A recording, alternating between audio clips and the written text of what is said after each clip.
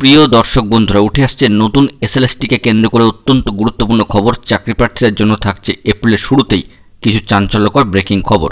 অবশ্যই ভিডিওর মধ্যে সবটা প্রোভাইড করার চেষ্টা করছি, তাই সিরিয়াস এই টপিকটি নিয়ে আর্জেন্ট ভিত্তিতে এই জরুরি ভিডিওটি কিন্তু তৈরি করতেই হচ্ছে।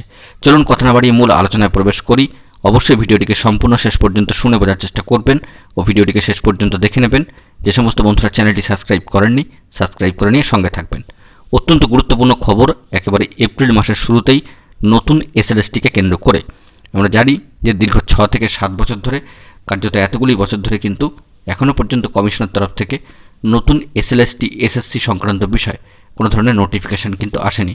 তা 9 to 12 ক্ষেত্রে হোক বা স্কুল সার্ভিসের মাধ্যমে গ্রুপ সি গ্রুপ ডি নিয়োগ হোক, কার্যত এই সমস্ত বিষয়ের উপর কেন্দ্র করে নতুন এসএলএসটির দাবিতে বিএড করা কয়েক হাজার চাকরি প্রার্থী আবারও কিন্তু রাজপথে নামেন।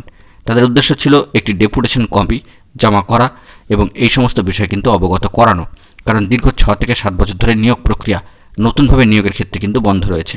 তবে আমরা জানি যে বর্তমানে রাজ্যের নির্বাচনের জন্য কিছু কোড অফ কন্ডাক্ট বা বিধিনিষেধ কিন্তু আরোপ রয়েছে, কিন্তু চাকরি প্রার্থীরা এটা অবগত করাতে চান যে দীর্ঘ 6 থেকে 7 বছর ধরে নিয়োগ প্রক্রিয়াটি কার্যত বন্ধ, নতুনভাবে এখনও পর্যন্ত কোনো নোটিফিকেশান আসেনি।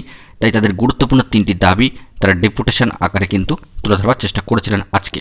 মূলত 9 to 12 এসএলএসটি নতুনভাবে নিয়োগ, আপার প্রাইমারি সেকশনের নিয়োগ, পাশাপাশি তারা এসএসসির মাধ্যমে অর্থাৎ স্কুল সার্ভিসের মাধ্যমে যে non teaching staff group C group D নিয়োগ, পাশাপাশি যে করোনা বা লকডাউন টাইমে যে দীর্ঘ সময় অতিবাহিত হয়েছে সেক্ষেত্রে চাকরিতে আবেদনের ক্ষেত্রে বয়সীমা বৃদ্ধির আবেদন, বেশ কয়েকটি আবেদন জানিয়ে ডেপুটেশন কপি রেডি করে তারা জমা দেওয়ার জন্য কিন্তু অগ্রবর্তী হয়েছিলেন। তবে তাদেরকে কিন্তু আটক করা হয়।